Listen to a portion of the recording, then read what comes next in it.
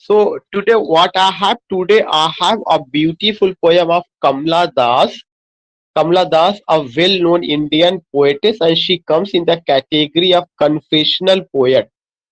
And an introduction is a poem in which you find the feminism, a feministic approach, especially the rights of women. Yeah, how Kamla Das was brought up, how she was treated in her family by her family members.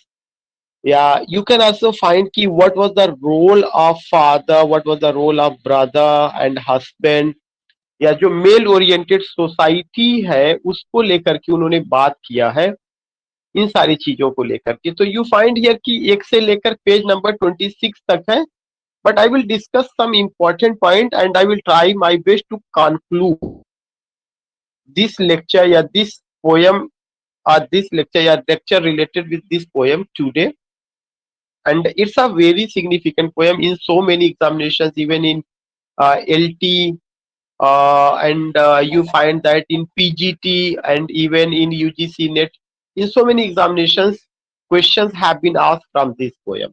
So an introduction, it is in our syllabus because this time I have been covering Indian writing in English for Uttar Pradesh Higher Education Service Commission for the post of assistant professor.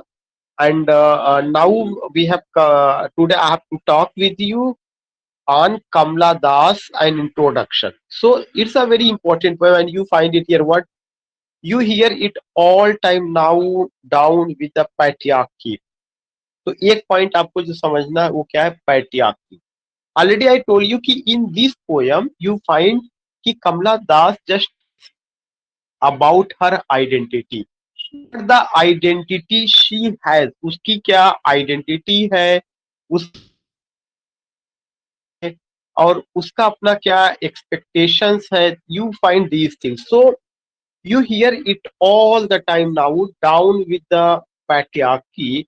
What does it really mean and what does it apply, किस चीज को apply करता है? तो one point, one significant point, and what is that is a patriarchy, PATRIARCHY. But what does it really mean and who does it apply to? And what is patriarchy? Male oriented society. The role of men in society, in family, and in so many institutions, whether that is religious institution, educational institution, and the identity of a woman in that institution, in that society. Yeah, what the role women have to play, what the role, what the role women have to play in the society created by men, that is patriarchy, पितृसत्तात्मक समाज. Then we you find कि well in Kamla Das poem you may be able to find some answer. And introduction, Das explores her complex emotions regarding the system controlling her life and the lives of countless suffering women. This is a very important line यहाँ पे कि जो ion introduction है या poem है जो कमला दास ने लिखा, इसमें उन्होंने किसके बारे में बात किया, explores her complex emotion regarding the system controlling her life and the lives of countless suffering. This is a very significant point you see here. The system controlling her life and the lives of countless suffering. This is a very significant point.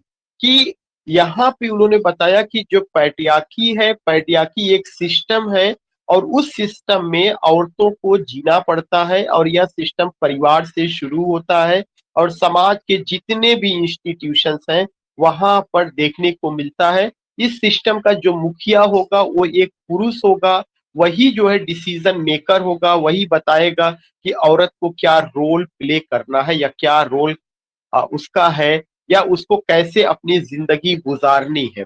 तो ये एक system वो बताती है कि एक system है जो उनकी लाइफ को और उनके जैसे ना जाने कितने औरतें हैं जो कष्टमयी जीवन व्यतीत कर रही, उन सबकी लाइफ को कंट्रोल करता करता है।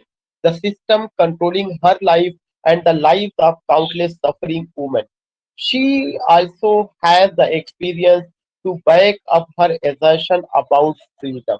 और इस पोयम में उन्होंने फ्रीडम की बात भी की है कि आखिर औरतों को क्या फ्रीडम दिया गया है। She also has the experience to back up her assertions about freedom and oppression. साथ ही साथ उस अत्याचार को लेकर के as she played a critical role in the establishment to the Indian feminist movement. जो इंडियन फेमिनिस्ट मूवमेंट था वह मूवमेंट जो भारतीय नारी की स्वतंत्रता, भारतीय नारी के अधिकारों को लेकर के जो आंदोलन चलाया गया था, क्योंकि फेमिनिज्म जो है it was a world wide movement, it was a movement that covered the whole world. In every corner of the world you can see the presence of this movement. तो भारत में जो ये मूवमेंट चलाने वाले लोग रहे हैं उनमें से एक बड़ा नाम किसका रहा है, कमला दास का रहा है। और जो फेमिनिस्ट मूवमेंट है वह कैसा मूवमेंट है, एक ऐसा मूवमेंट जो औरतों के अधिकारों की बात, उनके रोजगार की बात, उनके सम्मान की बात, उनके लीगल राइट्स की बात, और साथ ही साथ जो है उनका आखिर सोसाइटी में क्या रोल है, परिवार में क्या रोल है, और उनको किस तरह से देखा जाता है और किस तरह से उनको ट्रीट किया जाता है, इस तरह की तमाम बातों को लेकर के यह मूवमेंट चला आया। तो ये उसकी इसकी जो आवाज इंडिया में मुखर की गई या इस आवाज को जिसने उठाया उनमें से एक बड़ा नाम कमला दास रहा है। And she has written a very beautiful poem, a well known poem, a popular poem, that is one an introduction, जिसमें वो खुद अपनी जिंदगी के बारे में बताती हैं कि कैसे परिवार में उनको जो है इंट्रोड्यूस किया गया, कैसे उनको कंट्रोल किया गया, कैसे पुरुष सत्तात्मक जो समाज है जिसमें कि तमाम लोग रहते हैं, पुरुष सत्तात्मक समाज, और उस पुरुष सत्तात्मक समाज में तमाम लोग रहते हैं। वो पुरुष ही होगा लेकिन उसका रूप अलग होगा, भाई के रूप में उसका रोल, हस्बैंड के रूप में उसका रोल, पिता के रूप में उसका रोल, अंकल के रूप में, मैटरनल अंकल के रूप में, दीज थिंग्स उन्होंने कहा कि ये सारी चीजें रहती है। तो इंडियन फेमिनिस्ट मूवमेंट का ये एक इंपॉर्टेंट पॉइंट देखने को मिलता है। फिर उन्होंने इस पोयम में लिखा है जो बहुत इंपॉर्टेंट है, और यहाँ पे आप इसको देख सकते हैं कि उन्होंने कैसे बातें करती हैं। वो कहती हैं आई डोंट नो पॉलिटिक्स, ये ओरिजिनल पोयम के बारे में लिखा गया। आई डोंट नो पॉलिटिक्स, मैं पॉलिटिक्स नहीं जानती, but I know the names of those in power, लेकिन मैं उन लोगों का नाम जानती हूँ जो पार में थे। And can repeat them like days of week और names of months beginning with Nehru. और मैं उन नामों को रिपीट कर सकती हूँ। I don't know politics but I know the names of those in power, लेकिन मैं उन नामों को रिपीट कर सकती हूँ जो पार में है। And can repeat them like, और उनके नाम को मैं ऐसे ले सकती हूँ। उन्होंने ये बताने की कोशिश की कि इंडियन पॉलिटिक्स में भी केवल पुरुष समाज का ही अधिकार है, और कुछ ही लोग हैं जो पूरे के पूरे पॉलिटिक्स पर कब्जा किए हुए हैं। वहां पे महिलाओं का कोई भी योगदान नहीं है। और पॉलिटिक्स में जो है उनका नाम मैं गिना सकती हूँ, जैसे लोग जो है हफ्ते के डेज ऑफ वीक का नाम याद करते हैं, नेम्स ऑफ मंथ का नाम याद रहता है, वैसे मैं भी इंडियन पॉलिटिक्स में जो पुरुष है उनके नामों को गिना सकती हूँ, और जिसकी शुरुआत कहाँ से होती है, नेहरू से होती है। फिर उन्होंने कहा अब अपनी आइडेंटिटी को, मेरी जो आइडेंटिटी है वो क्या है, आई एम इंडियन, मैं भारतीय हूँ, मेरा जो कलर है वह ब्राउन है, मैं कहाँ पैदा हुई हूँ, मालाबार में पैदा हुई हूँ। आई स्पीक थ्री लैंग्वेजेस, मैं तीन भाषा बोलती हूँ। राइट इन टू, दो में मैं लिखती हूँ। ड्रीम इन वन, लेकिन मुझे ख्वाब जो मैं देखती हूँ केवल एक में देखती हूँ। तो मैं जो है तीन भाषाएं जानती हूँ। आई स्पीक थ्री लैंग्वेजेस, तीन भाषाएं उनकी कौन कौन सी है, एक तो जो केरल की होती मलयालम, दूसरा उनका इंग्लिश, तीसरा हो सकता है उनको हिंदी या कोई और भी भाषा की जानकारी। तो उन्होंने कहा कि I speak three languages, write in two, dream in one, don't write in English. अब यहाँ से पैट्याकी शुरू हो रहा है और यहाँ से वो अपने ऊपर हुए शोषण की कहानी को बयां कर रही है। Don't write in English.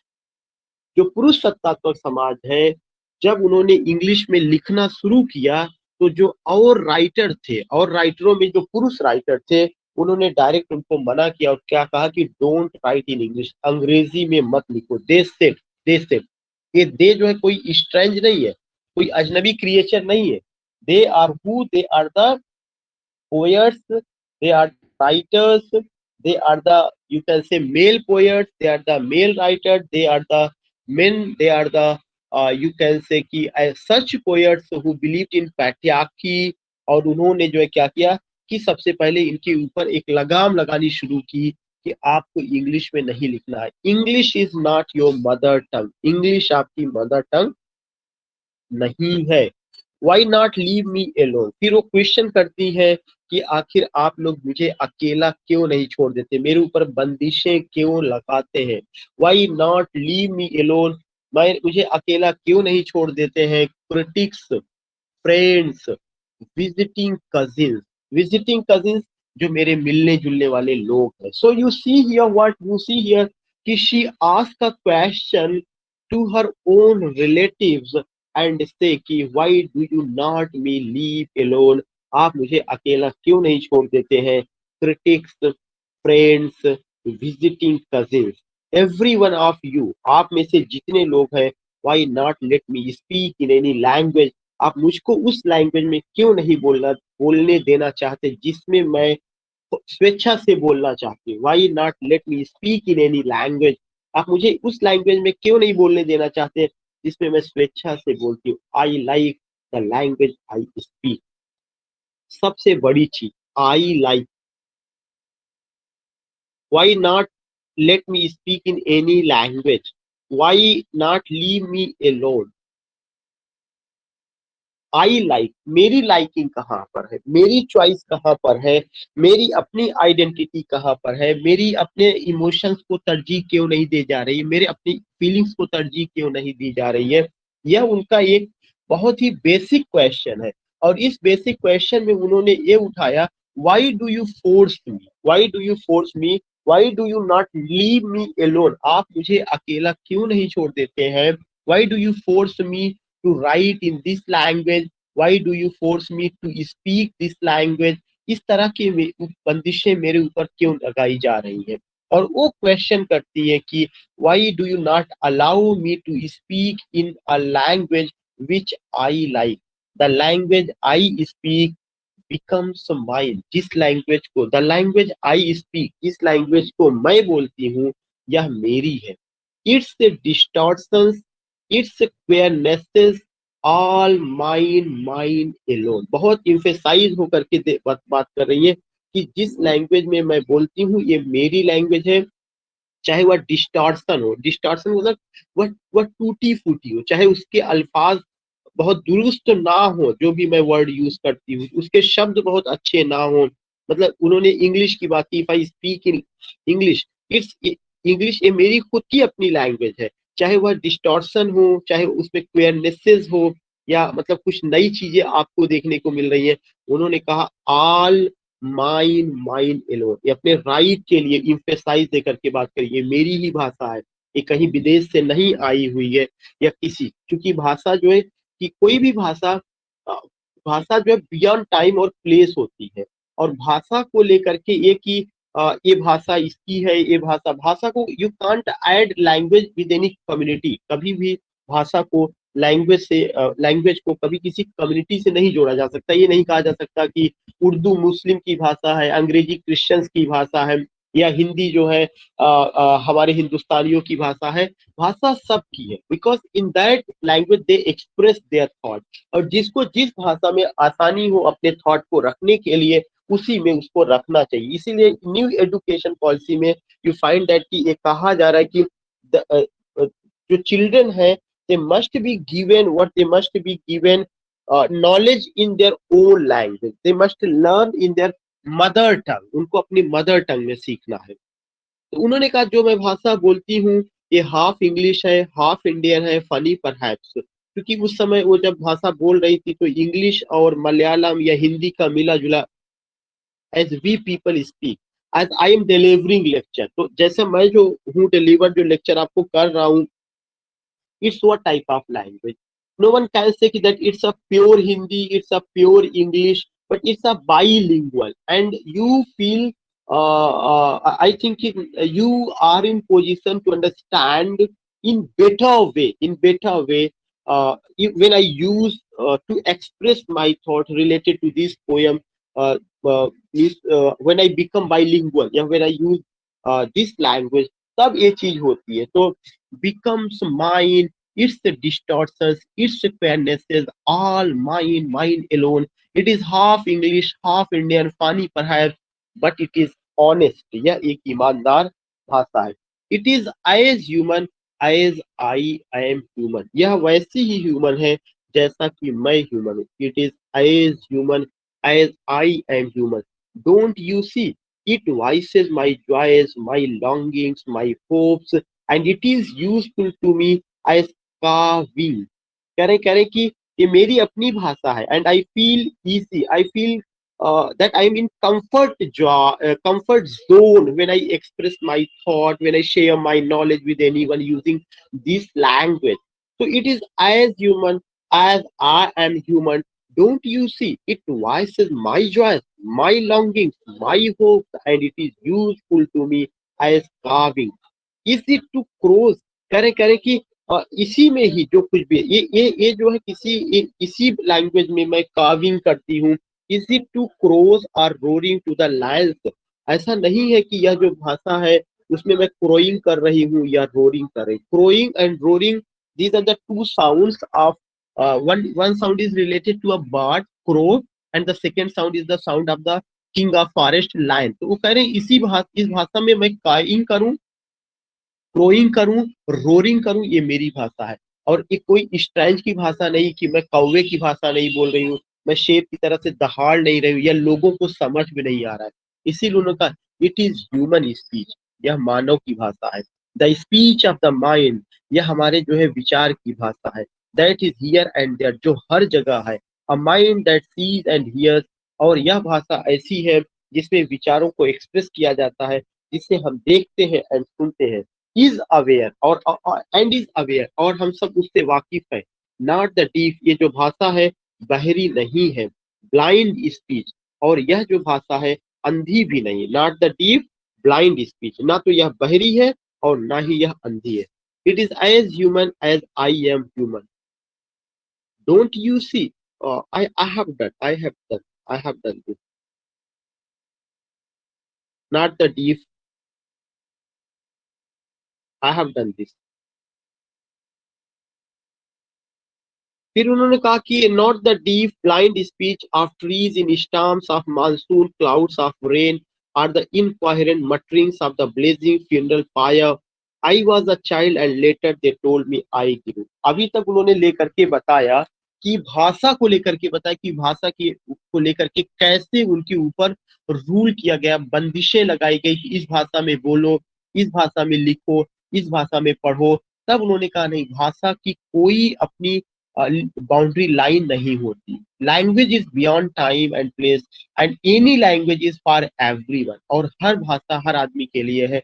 Anyone can see, anyone can learn, anyone can express in any language. Such freedom must be given to anyone. फिर उन्होंने ये बात कही है कि जो मैं भाषा बोलती हूँ, ना तो यह बहरी है, ना ही यह ब्लाइंड स्पीच है. Of trees in storms of moon, जैसे जो है पेड़ जो है मानसून में, क्लाउड्स ऑफ रेन में, या जब मानसूनी बारिश होती है और उसमें जो है क्या होते हैं, पेड़ झूमने लगते हैं. और मटरिंग और ब्लेजिंग, या incoherent mutterings of the blazing funeral fire, और जैसे तमाम तरह की चिताएं होती हैं और वो ठंडी हो जाती हैं, ऐसे ही जब मैं अपनी भाषा का यूज करती हूँ, ये मेरी भाषा है, उसमें मैं अपनी अपनी जो है दुख को भी बयां करती. फ्यूनरल पर दुख का प्रतीक है, और मानसून सुख का, कि मैं अपनी जॉयज और सारोज अच्छे ढंग से इस भाषा में एक्सप्रेस कर सकती हूँ. अब वो बता रही उनका लालन पालन कैसे हुआ. अब यहाँ पे वो बताती है I was a child and later they told me I grew. मैं एक बच्ची थी और मेरे ही घर वालों ने कहा तुम बड़ी हो गई हो. फॉर आई बिकेम टॉल, उन्होंने बताया कि मैं टॉल हो गई हूँ. My limbs swelled and one or two places sprouted hair when asked for love, not knowing what else to ask. मतलब चाइल्डहुड में जब वो थी तो उनसे ये कहा गया कि you don't have to speak in English, या एडोलिसेंट एज में रही होंगी तो it was said that you don't have to speak English, you don't have to write in English, you have to speak only in Malayalam, write this language, speak in this language. तो therefore she is asking the question कि where is my freedom, where is my identity, where is my likeness. अब जब वो थोड़ा सा बड़ी हुई है तो घर वाले उनसे क्या कहते हैं कि माई लिम्ब स्वेल्ड की वो बताती है कि व्हाट हैपेंड विद मी, मेरे साथ ये हुआ कि told me I grew for I became tall my limbs swelled and one or two places sprouted hair. वो अपनी फिजिकल डेवलपमेंट को बता रहे हैं कि मेरा लिम्ब स्वेल्ड हो गया, एक या दो जगह पर स्प्राउटेड हेयर हो गया। और then the people will start to ask कि when asked for love कि am I in love with anyone, ये तो I am using this word, it was not asked but it was said that now you have grown up, you have to marry, you have to marry। तो उनको इसकी बात, फिर उसके बाद not knowing what else to, मुझे उनको कहती मुझे कुछ पता ही नहीं था कि अगर मैं बड़ी हो गई या मेरे लिम्स स्वेलिंग कर गए या स्प्राउटेड हेयर आ गए तो अब क्या करना। लोग उनके शादी की बात करने लगे, फिर उनकी चॉइस कहाँ पर उसको भी लेकर के इनटू द बेडरूम। कह रहे जब वो छोटी थी तभी उनकी शादी हो गई। And a man in the form, एक जो husband in the form of man उनके बेडरूम में आता है and close the door. He did not beat me, ऐसा नहीं कि उसने मुझे फिजिकली पीटा था, but my sad woman body felt so beaten. It's a very important line. उसने मुझे पीटा नहीं था, लेकिन जो है जो मेरी सैड बॉडी थी वो पीटी गई। साइड बॉडी पीटी गई थी कि I was not ready to make any physical relationship with that one because I don't I was not familiar what I have to do after marriage or in the very first night, but I was forced by that man to make the physical relationship। तो ये भी मेरे अपने एक तरह से इच्छा के खिलाफ था। तो उसने मुझे फिजिकली नहीं मारा, लेकिन उसने क्या किया, but my sad woman body felt so beaten, लेकिन मेरी जो सैड वुमन बॉडी थी it was beaten by that man who was my husband just about 16, for he drew a youth of 16। The weight of my breasts and womb crushed me. I shrank pitifully. Then I wore a shirt and my brother's trousers। यहाँ पर भी तो उन्होंने कहा कि how my husband behaved. और फिर उसके बाद ये तो उन्होंने मैरिज को लेकर बात किया, लैंग्वेज को लेकर के बात किया। अब अपने ड्रेस को लेकर के बात करती है कि एक बार जो है जब मैंने अपने भाई के ट्राउजर्स को और शर्ट को पहन लिया था, अपने हेयर छोटे करा लिए थे एंड इग्नोर माई वुमैनलीनेस, और अपने नारीत्व को, मैं वुमैनलीनेस को जो है क्या कर रहा था, कर रही थी, इग्नोर कर रही थी। तब उस समय भी क्वेश्चन किया गया कि don't wear pant, don't wear trouser, don't wear shirt because you are a woman. If you wear pant, if you wear shirt, you are losing your womanliness. फिर उन्होंने कहा then I ore a shirt, मैंने एक shirt पहना, and my brother's trousers, cut my hair, मैंने अपने बालों को छोटा करा लिया। और तब लोगों ने क्वेश्चन करना कर दिया कि you are ignoring your womanliness, और मुझे इंस्ट्रक्शन दिया गया कि now you have to dress in sari, आपको साड़ी पहनना है, आपको एक लड़की बनना है, be wife, they said, be embroiderer, be cook, आपको एम्ब्रॉयडरिंग का काम करना, आपको कुकिंग का काम करना। ये एक जो पैट्रियार्की का होता है कि what the role women has to play, women को क्या रोल प्ले करना है, ये एक बहुत इंपॉर्टेंट पॉइंट यहाँ पर देखने को मिलता है। उन्होंने क्या कहा, उन्होंने कहा कि dress in saris, be girl, be wife, they said, be embroiderer, be cook, be a parlour with servants. और मतलब तुम्हें चूल्हा चौका, जो ये बर्तन या आप कह सकते किचन का सारा काम करना है, तुम्हें हाउस होल्ड का पूरा काम करना है। और be a quarreller with servants, और सर्वेंट्स को से क्वारलिंग करना, you have to control the servant.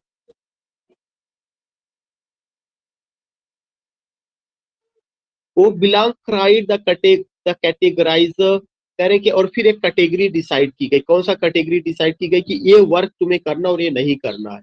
वो belong cried the categorizer don't sit on walls, और ये कहा गया, क्या कहा गया, डोंट सिट ऑन वॉल्स और कीप इन थ्रू। और आप जो है कहाँ पे नहीं बैठेंगी, वॉल पर नहीं बैठे, जो घर की जो बाउंड्री वाल, जैसे किसी का घर बना हुआ है तो उसका एक बाउंड्री वाल होता है। ये होता है कि तुम लड़की हो, तुम्हें इसी बाउंड्री तक ही रहना, सड़क के उधर नहीं जाना है, इधर नहीं देखना है। तो उनके देखने पर, उनके घूमने पर बंदिशें लगाई गई। क्यों लगाई गई? बिकॉज की she was a women, she was a girl, she was a wife. और ये कहा गया तुम्हें विंडो से उधर नहीं देखना है। और ये कहा गया अब तुम्हें एमी बनना है, कमला बनना है। एमी और कमला, you have to be wife of someone। Your identity means that you will be addressed as Amy, you will be addressed as Kamla, and you are better still be Madhavi कुटी, या तो आप माधवी कुटी, ये माधवी कुटी उनका नाम भी था। तो be Amy, be Kamala, or better still be Madhavikutty, या तो आपको माधवी कुटी बनना होगा। It is time to choose a name, और ये समय आया था जब मुझे अपना नाम चूज करना था। और रोल, और मुझे अपना रोल प्ले करना था। कौन सा रोल? मुझे वाइफ का रोल प्ले करना था। वाइफ बनने के लिए मुझे जो है क्या होना था, या तो मुझे कमला लोग कह के बुलाते, या एमी कह के बुलाते, या माधवी कुटी कह करके बुलाते। दूसरा चीज क्या बंदिशें थी कि being a wife of someone या बीइंग बहू of someone, what I have to do, I don't have to go across the boundary wall of my house, या the boundary wall of the of ससुराल जो था, वहां से नहीं जाना था। फिर उन्होंने कहा कि ड्रेस पे पहनने पे पाबंदियां लगाई गई, भाषा को लेकर पाबंदियां लगाई गई। जब मेरा मैरिज हुआ तो वहां पर जो हस्बैंड आया उसने मेरी इच्छा के खिलाफ फिजिकल रिलेशन बनाया। All these things you find. फिर कहा गया डोंट प्ले एट सीजोफ्रेनिया और be a nympho, don't cry embarrassingly loud when jilted in love.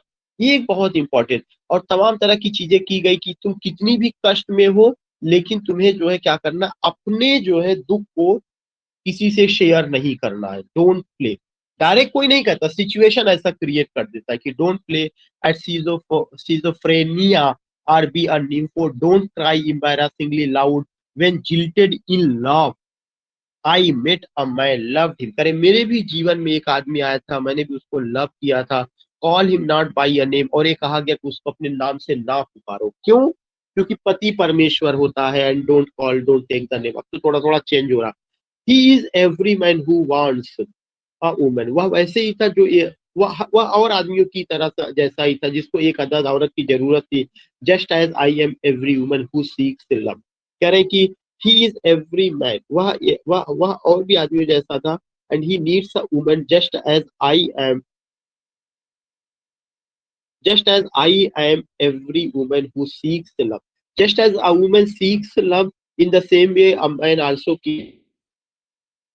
he was also seeking a love, यानी he was also in love with me। इस तरह से the hungry haste, मुझे लेकिन लगा कि वह भी मेरे शरीर का ही भूखा था। Of rivers in me the ocean tireless waiting, who are you I ask each and every one, the answer is it, is it is anywhere and everywhere I see the one who calls himself। कह रहे हैं कि मैंने उससे पूछा तुम कौन हो, और वो भी जानना चाहा मैं कौन हूँ। लेकिन मैंने देखा कि जो आदमी है उसकी पहचान और उसका प्रेजेंस हर जगह एक जैसे ही है।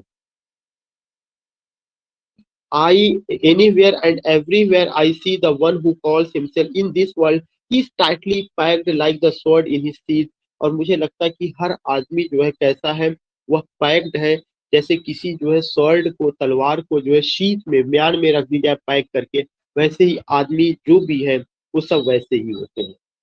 फिर उन्होंने कहा कि उसकी हैबिट क्या थी, it is I who drink lonely, यह मैं अकेली थी जो तमाम तरह की जो है दुख को सहन करती थी। Who drink lonely, drink eight 12 midnight, और कभी मैं जो है रात में 12 बजे अकेला महसूस करती थी और रोती थी।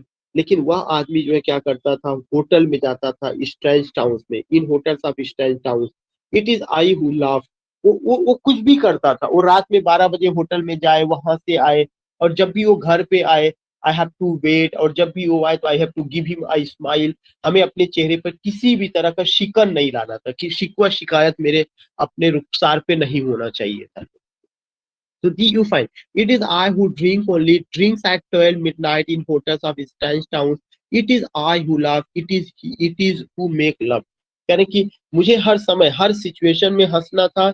It is I who make love, और हर सिचुएशन में मुझे ये दिखाना था कि मैं उसको लव करती हूँ। एंड देन फील शेम, और हमें ये दिखाना था कि मेरे अंदर शर्म और हया है, और वो जैसा चाहे बिहेव करे। तो ये काउंटर दिखाया गया है कि जो being a wife what she has to do, being a husband उसको कितनी आजादी थी, तो हस्बैंड को कितनी आजादी थी और वाइफ को कितना ज्यादा जो है वो चीजें, इस चीज को लेके। With a rattle in my throat, करें तमाम तरह की दिक्कतें आई, ऐसा लगा था कि ये सब चीजें सहते सहते मेरे अपने थ्रोट में रैटलिंग होने लगी है। रैटलिंग का मतलब ये होता है कि जैसे बहुत सारे छोटे सी सुराख में बहुत सारे चूहे आए, कड़कड़ कड़कड़ की आवाज आने लगी। ऐसे उन्होंने कहा कि कुछ क्लियर नहीं था, मेरा थ्रोट ऐसा लग रहा था बिल्कुल जो है क्या होता था, ब्लॉक हो रहा था, and I was unable to take oxygen properly, like a breath all these things, suffocation मैं महसूस करने लगी ऐसी जिंदगी से। तो ये उन्होंने इमेज दिया हुआ है कि वो ऐसी जिंदगी के से सफोकेशन कर रहे हैं। आई एम सिनर, कभी लगता था मैं पापी हूँ, फिर कभी लगता था नहीं मैं तो सेंट हूँ अपने में। I am the beloved and the betrayed, कभी लगता था कि मैं किसी की प्रेमी हूँ, फिर कभी लगता था किसी ने मुझे धोखा दिया। I have no joys that are not yours, और मेरे पास कोई खुशियां नहीं थी उसको देने के लिए। No, I have no joys, मेरे पास कोई खुशियां नहीं थी, लेकिन उसको देने के लिए केवल मुझे मुंह पे स्माइल हमेशा दिखाना था। उसके जीवन में केवल खुशियां खुशियां थी। नो एक्शन, मेरे पास कोई पेन नहीं था विच आर नॉट योर्स, जो मैं उसके साथ शेयर कर सकती। I too call myself I, मुझे अपने आप को ही पुकारना था, मुझे जो भी करना था शेयर करना था, अपने थॉट को खुद से ही शेयर करना था। उससे केवल जो है क्या करना था, अच्छी बातें शेयर करनी थी, स्माइल दिखाना था, और ये दिखाना था कि I am in happiness situation, I am in happy mood. If he comes and needs to make any physical relationship with me, I can't deny. And he has right to take drink. He has right to make physical relationship with anyone. He can come late night. He can come with his friend. He can go here and there. He can use public places. He can be the part of restaurant, club, hotel, be you can say night club में rave party he can join anything, he can join जो भी उस समय का चीज available था। But what I have to be the part of the kitchen, means I have to be inside the kitchen. I have to be where I have to be in within the boundary wall of the house. I don't have to peep through the window. I have to manage the servant. I have to be a sari. I have to speak in this language. This was my identity. इस सब चीज को लेके उन्होंने किया हुआ है। And you see here कि इसके बाद ये सब उसका थीम है, उसमें क्रिटिकल एप्रिसिएशन वगैरह को लेकर के दिया गया। But I have explain original poem, तो आप उधर उसको खुद से पढ़ सकते हैं, या आप और सर्च कर सकते हैं जहाँ पे आपको उसमें होगा। तो now I have done this की एन इंट्रोडक्शन कमला दास का। I think now you have enjoyed it, there is no problem. और मैं इसे शेयर कर दूंगा, ऑलरेडी रिकॉर्ड रहेगा आपके उसमें। ठीक है, कंक्लूडिंग। किसी को कुछ कहना है तो, अगर कोई सजेशन हो या कुछ कहना है तो you can just share your views.